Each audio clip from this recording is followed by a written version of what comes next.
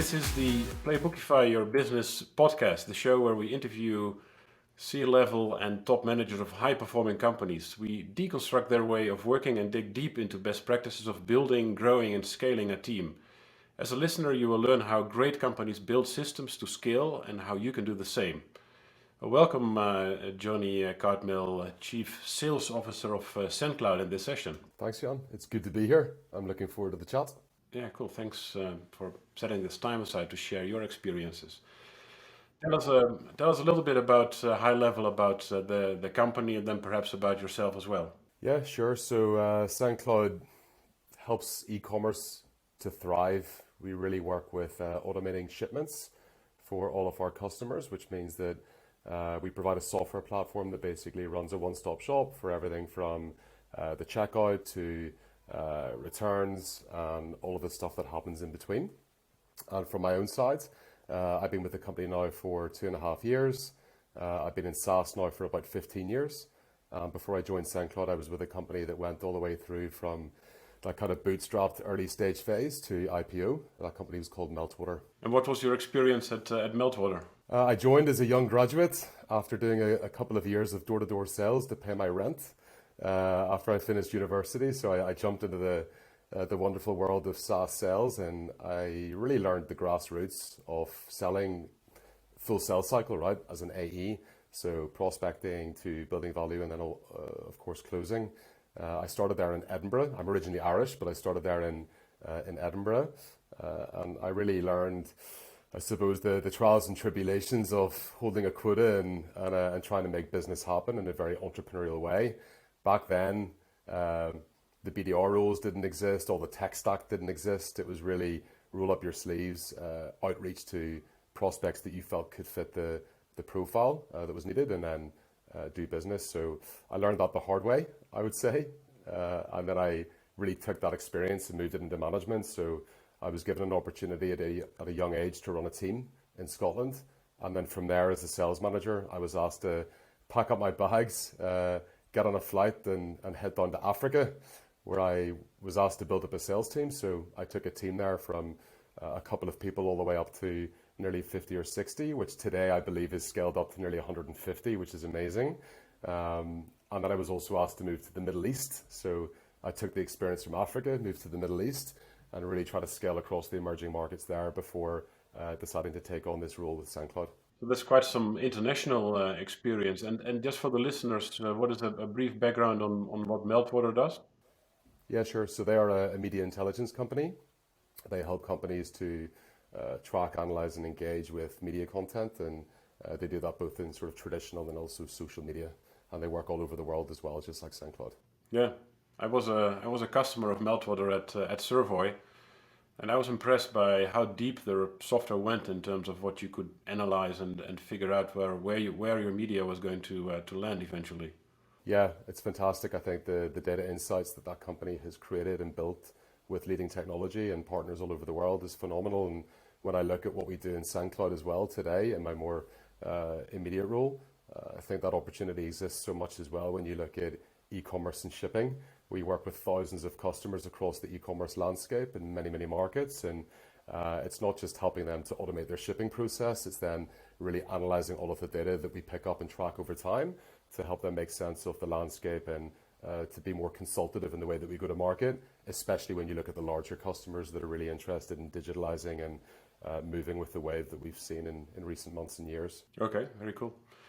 All right, well, let's talk about Sendcloud and see what's happening there. Because if we read in the media, then we see hypergrowth. We see a large race fairly recently. Any high-level numbers you can share with us? Yeah, look, I suppose at the moment the business is growing rapidly. I think COVID, of course, as challenging as it has been in life for everybody, it has accelerated what was already accelerating in the e-commerce space, and of course then that ties into shipments, right? So what we saw during that COVID period, I suppose the peak is dropping a little bit these days, which is great for everybody in terms of life. But we really saw so many online retailers retailers moving into the online space. They were forced to digitalize.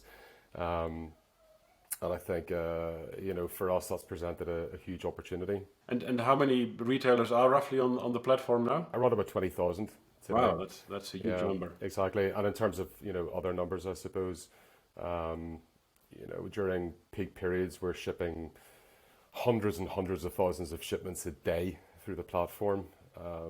Yeah, with zero downtime in terms of the product, which is great. But if you extrapolate that across a year, then of course you can get a feel for the size of the business. And we're currently operating in over 8 markets. So the company's really scaled into new markets internationally. And that's been an aggressive growth tactic that we've taken, especially for the European marketplace to begin.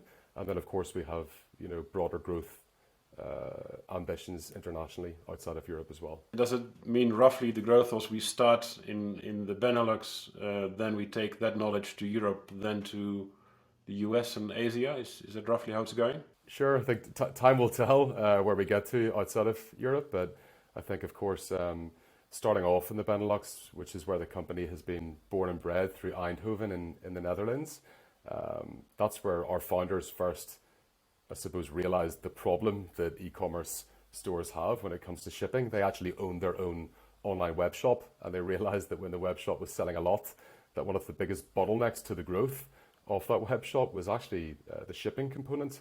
They struggled to negotiate the types of rates that the larger retailers would have for shipping, and their margins were completely smashed. So it didn't really make much sense. Nobody was fixing the problem. So our founders decided to go off and fix that, and I think they found very quickly that there was a really strong market, especially in the Netherlands, and of course then the natural progression is to expand that across to neighbouring countries. So Belgium, of course, was right there, and Germany we opened up an office in. We saw that the value proposition, it fitted the market. Of course, the product needed to develop slightly for that market, but the core value proposition remained. And after that, then it was a matter of opening up into France, into Italy, to Spain, and then most recently into the UK. So yeah, you take that core playbook, I suppose, in terms of going to market, but then you need to customize the product and the go-to-market approach for that local market context and culture that you've got as well. Buying behaviors, for example, in Italy are very different to what you see in the Netherlands. Perhaps somebody in Italy wants to pay with cash, whereas in the Netherlands, payments through electronic processing are a lot more common, as an example. Right. Okay. And if you look at your approach to the market, is it mainly a product-led growth, a sales-led growth, a marketing-led growth, or very much a combination of all of that? Yeah, sure. I think early days marketing product-led, and still is. It will still remain. We're scaling up on top of that. But we've built quite a strong sales organization as well that has an outbound methodology and motion. And I think most recently we've really been targeting that kind of upmarket segment where, of course, it's a combination of all of those different lead inflows that you would expect. But in the early days, when you move into larger customers, yes, you get those inbound leads that come through and those requests, but you really need to go out to target the right accounts that you feel you can add immediate value to so that you can build up the credentials and showcase the capability. So I would say, product market led, but definitely a large component of our sales organization as well. So once you go to the bigger e-commerce stores, then you need a sales team. Is that what I'm hearing? Yeah, for sure. The sales team has always existed. We built that in from the early days. When I joined in 2020 in January, we had around about 20 people in the sales organization globally. And today, if you include customer success and partner management alongside the new business team, we're almost up at around about 150 people across Europe. So there's quite a large sales organization there, both from a new business standpoint, but then also to look after our customers and make sure that they receive the experience that they are promised in those early days so that they stay with us and that they grow. Yeah, okay, wow. So growing a team from 20 to 150 must be a tough process in terms of onboarding, culture, training, and keeping them happy or not? Yeah, there's a lot of things that go into it. Fortunately, I still have some hair. It's got a bit grey over the last couple of years, but maybe that's also my kids as well. Yeah, of course, it takes time to figure out how to do that and to do it really well. I think it's one thing hiring a lot of people. It's another thing making those people successful. And of course, every time you hire somebody, it's an investment that the company needs to make. And it's also an investment from the person's side. There's the human element. So you've got to get it right. And yeah, I think spending so much time in Meltwater for those years, it allowed me to see how a company can truly scale from, 100 all the way up to 2,500, 3,000 people. And along with that, I suppose, comes the benefit of time. You see some things going really well, you make a few mistakes along the way, and then of course you try not to replicate the mistakes. You try to double down on the things that work, and then you try to add your own spin as you move forward, right? So for us, in terms of building a winning team, I think it comprises of three core ingredients, and I've said this for many, many years with the guys and girls that work with me, and those that will do in the future. But that really boils down to people.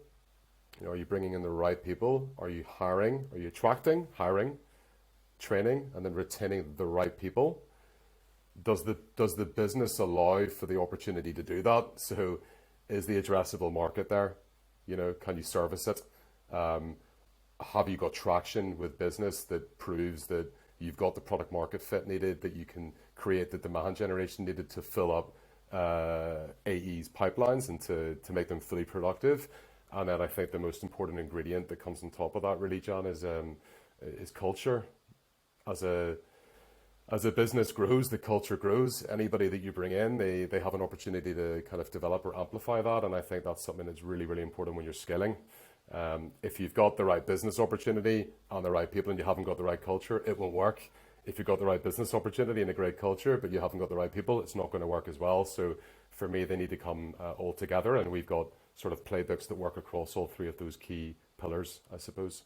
So you have several playbooks when people onboard that they go through with the team that's already in place to get them up to speed.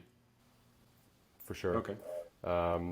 And funnily enough, this week we actually kind of launched a reboot of our global onboarding program across the company. So we just brought in 18 new Sendcloud All-Stars to the organization on Monday, which is great. We went out for a dinner with them on Wednesday, actually, and one of the things that we spoke about was that initial experience during onboarding. So our onboarding program consists of a few key phases. The first phase in the first week, the first 3 or 4 days specifically, is a combined global onboarding where each of those people, irrespective of what department they will be joining, they experience the same thing. They come together, they understand the history of the business, the vision, the founders, the grassroots. They know where we're going to go to. They get a feel for all of the business departments, so they understand what role they're going to play within that.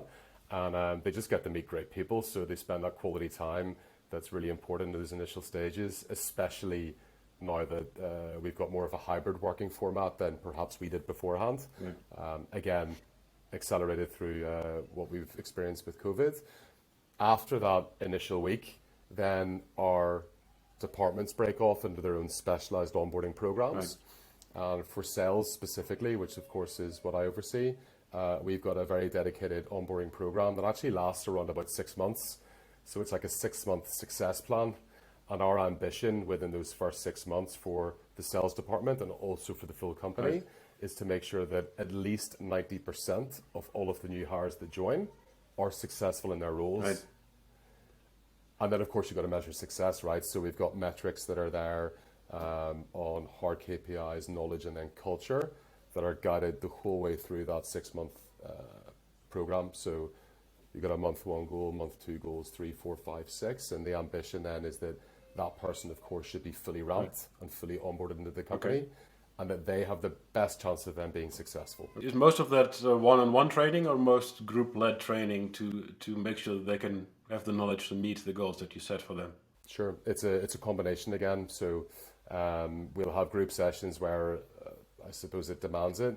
I think that can be great from a time efficiency standpoint. Maybe there's an introduction to our initial sales methodology, for example, outreach and then qualification and then closing. But of course, to have that on a global level where you have multiple people that could be coming through from different cultures and different markets, you need to break away and have that more custom designed look at how to outreach in Spain versus in Germany or versus the UK. So we kind of have a global guideline where we'll have group sessions and then we'll have individual breakouts where a localized team lead or head of sales will really coach that individual to make sure that they know what the best practices are in that market. so that they can achieve the goals that they have there. There must be quite some cultural changes, because if you take the Dutch way of sales, which is maybe the most direct on the planet. Which isn't a bad thing. It's quite a good thing, especially when you're selling. One of my very first SaaS deals was with a Dutch decision maker, actually, and it was the shortest sales cycle that I ever had. Anyway, sorry to interrupt. Great comment. Well, I remember myself. I lived in Spain for 4 years when I was young, and obviously my professional career started in the Netherlands. So then we got a great Spanish prospect. And I said to my colleagues, I will handle this one because I grew up in Spain, so I know everything about Spanish culture. Obviously, I left out that I was there between 12 and 16 years old. So what do you know as a 16-year-old about doing business in a country? That's an interesting point, though. Maybe you don't know so much about doing business, but you do understand the way of life. And if you think about, let's think about what business is. In the end, people by people. You do business with people. You do business with people more often that you like than perhaps you don't like. And I think if you can understand those cultural nuances, it's really important. And the business part is there to learn.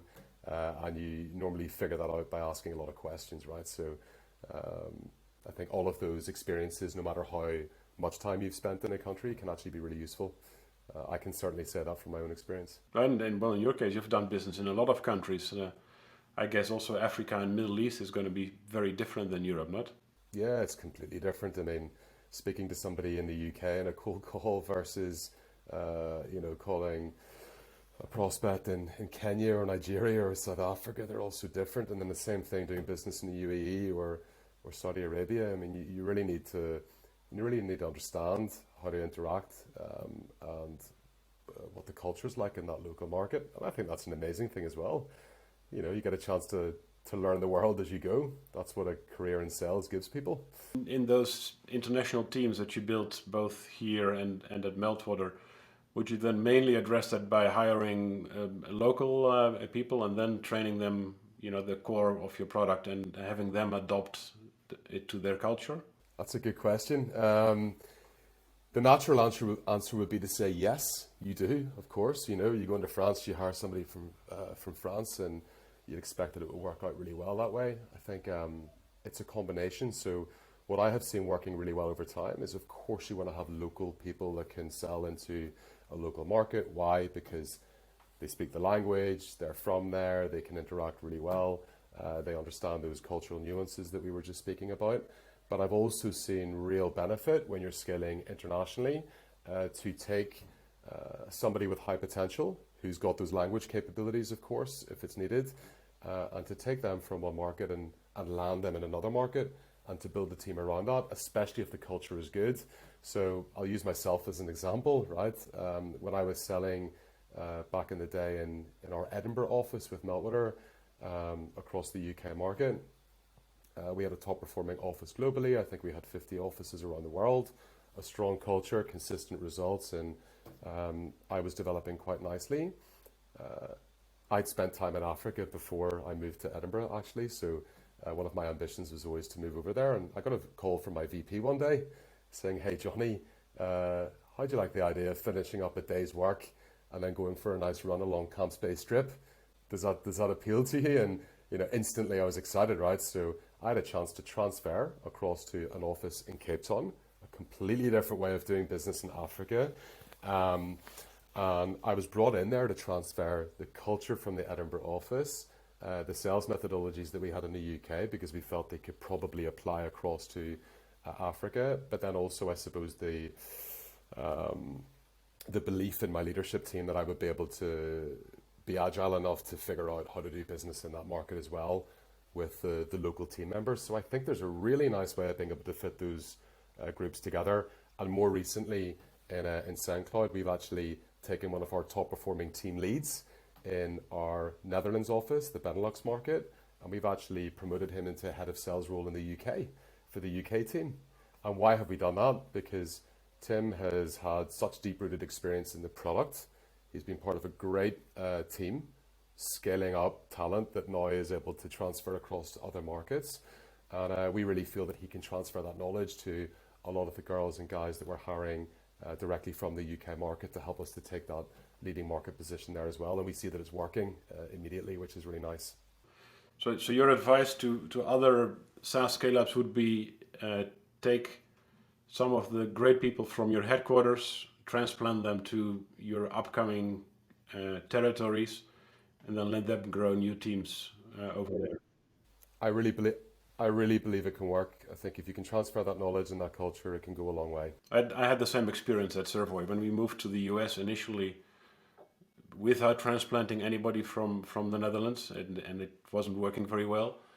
And until we started moving one or two people across, and eventually I made the move across, that's when we started seeing real growth. Because it's if it's only remote and new people, then there's such a great lack of information about the product, about the culture, about how you do business, that it's very hard to make local people successful.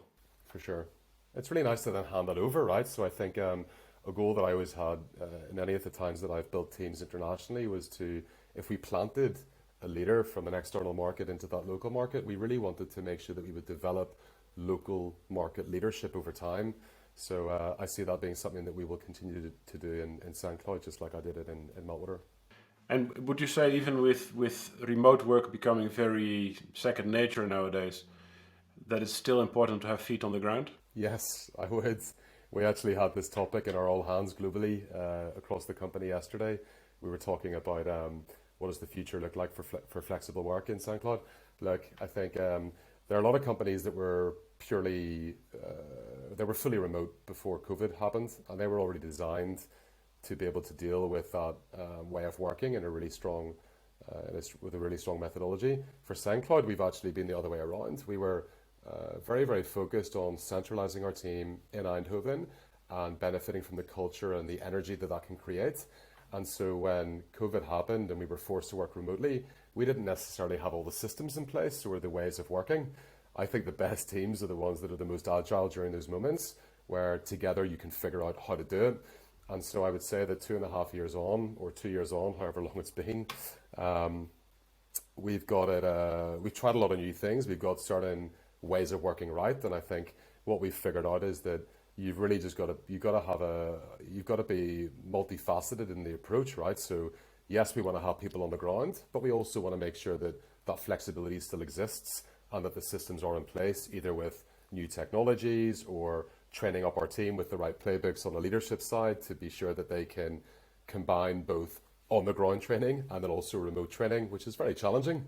You know, you got to have two different ways, two different sort of leadership methodologies there to learn. But I do feel personally that having a combination is really important. It's great to be around people, especially when you're scaling through hyperscale. Why? You want to look in front of you, behind you, to the left or to the right at any moment in time and know that you've got support. And I think if you can have that support, that immediate feedback and that energy, those quick conversations that you can have, of course, knowledge transfers quicker, the fun component is there, and just that human interaction that I think human beings need. It really stimulates things. Then again, having the balance with being able to work internationally or remotely is important, right? And I think you feel that for parents, you feel that for international hires. We open up the talent pool further than we ever would have beforehand. And it also allows people to be focused where maybe they don't have the distraction of a lot of things happening in the office. So I think there's benefits on both sides, but we definitely need to be prepared for a hybrid format going forward. And zooming into sales teams, would you say that if you let's say you want to sign up a large e-commerce store, that you still have to go on site to this client, or is it all done remotely now? Yeah, I think that's really interesting. I was very keen to see what was going to happen in the enterprise sales segment in general, right, globally, whenever COVID hit, because there's always been that focus of traveling, face-to-face meetups, dinners, and all that sort of stuff. And I did enterprise sales for 3 years, so I'm aware of it. What do I think needs to be done now? No, I don't think it needs to happen. I think all companies are ready, willing, and able to buy and to sell remotely. I think the benefit will always be there to have the human interaction. I think especially now that things are opening up more in Europe, at least, that people want to go out and see each other again. But I definitely feel like the confidence around buying, procuring services in the enterprise level. There's no problem with decision makers picking up a Zoom call rather than having to meet face to face. Maybe then those face to face meetings happen at a later stage in the deal, at that sort of end sign off stage or qualification, maybe even during the implementation. But I think it's definitely benefited sales cycles for sure on the enterprise side with quicker decision making, quicker qualification. Yeah. So that's good to hear. It's challenging though. Sorry, just on that, it's challenging when you run an enterprise process and you have a boardroom full of people and you have maybe a workshop for 2 or 3 hours. Very, very different than having to redesign the way that you run that sales process as a salesperson on Zoom rooms and breakout rooms and all these sorts of things. So I still think there's a lot that we can learn with that. Yeah, because doing sales in person and the personal aspect is much more important than if you're doing it over Zoom. I think the content is going to take a lead quickly over because I think there are some sales gurus that have sort of figured out like 70% is posture and 20% is words and 5% is something else. And then if you take that online, then so much of the live interaction goes away that you have to compensate somewhere else. You really do, but then you've also got a lot of these, like a lot of the sales training academies these days, whether it's Pavilion or Sales Impact Academy or whatever it may be. They're bringing in guest speakers and gurus that are working with body language. They're actually coaching leaders and sales reps on how to custom design the background so that it creates the right ambience, whether it's the right lighting or whatever it may be. You have no idea what's sitting around me right now, and you don't need to, which is why my screen is is angled this way. But of course, you want to design that the right way. And I think also Zoom and these companies are creating the virtual backgrounds and everything to create that type of environment. So we've just gone through a fundamental shift in the way that sales is done and business is done in general. But I do agree that nothing really beats a face-to-face interaction. So let's see what happens in the upcoming couple of years. And looking at further growth of Sendcloud, what would you say? What do you expect as your biggest challenges ahead? Yeah, I think biggest challenges to begin, most likely at this stage, just recruitment. We're looking for a lot of the right talent to join the team. It's not just a matter of bringing in headcount. You want to have the right talent that can really, I suppose, take the business to the next level. That's challenging. There's a lot of SaaS companies that have received a lot of funding and going through a lot of scaling at the moment. And often you find that that's a very competitive talent pool to go after. So that's one thing. But then it's making those people successful. So that will always be something that will be at the forefront of what we are focusing on. Beyond that, we work in e-commerce and shipping. I think there has been a very unnatural impact of the market with COVID. What that COVID impact is going to look like as it kind of filters off a little bit will be really interesting for us to see. We've seen shifts in it over time when you've had lockdowns and then opening back up. So I expect that people will shop a lot more, of course, in person again. They'll want to do that. So we'll have to keep a close eye on that.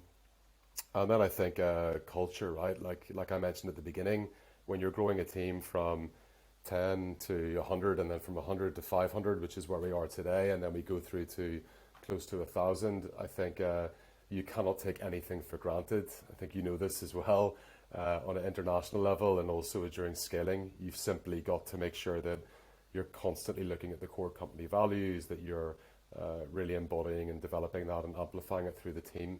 So that's something that we'll keep a really close eye on, just to make sure that the DNA stays really strong and that we keep the way of working that we have today all the way through. And in terms of recruitment, do you outsource that or do you have that all in-house? We do a combination, but I think our focus is in-house. So we have a talent team, or kind of our own internal recruitment agency. We call them talent magicians, which is quite cool in Sendcloud.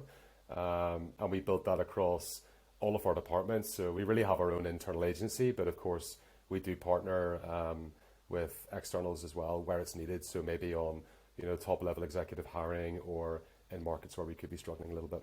And if you look at the long-term future of Sendcloud, I'm guessing that to some degree you're also going to start competing more against the traditional large stores. Not if you look at Amazon, for example, here in the US at least, it really has become sort of a competitor to you because they also, fix your logistics issues. But with the downside that you are facing much stronger pricing competition because you're one of 1,000 retailers now selling the same product on Amazon, or would you say that's not going to become much of a competition or threat to Sendcloud? Yeah, I think it's a really good point you bring up. I think a lot of people ask us that, right? I don't really think it's so much of a competitive challenge that we've got. In actual fact, we partner with these large marketplaces, right? So the sellers that we work with who sell on multiple platforms such as Amazon, they can actually integrate all of these platforms into our shipping software so that they can create a kind of one-stop shop and a seamless environment to create the labels and to create the returns that they need. So that's not so much of an issue. And I also think that the market is just so vast. It's massive, right? We're growing with the e-commerce landscape, and I think there's plenty of room across Europe and globally for us to all thrive, actually. Yeah, because there are over, what is it, a million e-commerce stores nowadays? It's a very impressive amount, not? Yeah, there's many. I don't know what the exact figure is because there's so many numbers that come out all the time, but for sure across Europe and at least over a million and globally many, many more. And that's just growing year on year. So I think we're in a very, very interesting space at the moment. Um, and let's just see how it develops. I think when you look at the way that e-commerce and buying behaviors are over in markets like China, and then you compare that to Europe and to the UK, you see some really interesting trend lines. You see buyer behaviors just changing rapidly. I think these days, going green, being energy conscious and efficient is something that a lot of people want to be part of. And that doesn't mean just end buyers. That also means the large corporates or the businesses that we partner with, even the carriers themselves, DHL, DPD, all these large international carriers. That becomes then something that we've all kind of got to customize our way of working to. And I think we're just going to see a huge amount of change in the upcoming years. We've already seen it in the payment space, in the way that people pay and payment processing. And I think shipping is actually the next huge thing that is coming along. And last but not least, I'm wondering how do you, I'm a bit of a technology guy myself, so I'm always curious about what tech is being used. What is high level your technology stack in terms of CRM system, in terms of how you distribute playbooks and then how you monitor how the playbooks are being implemented?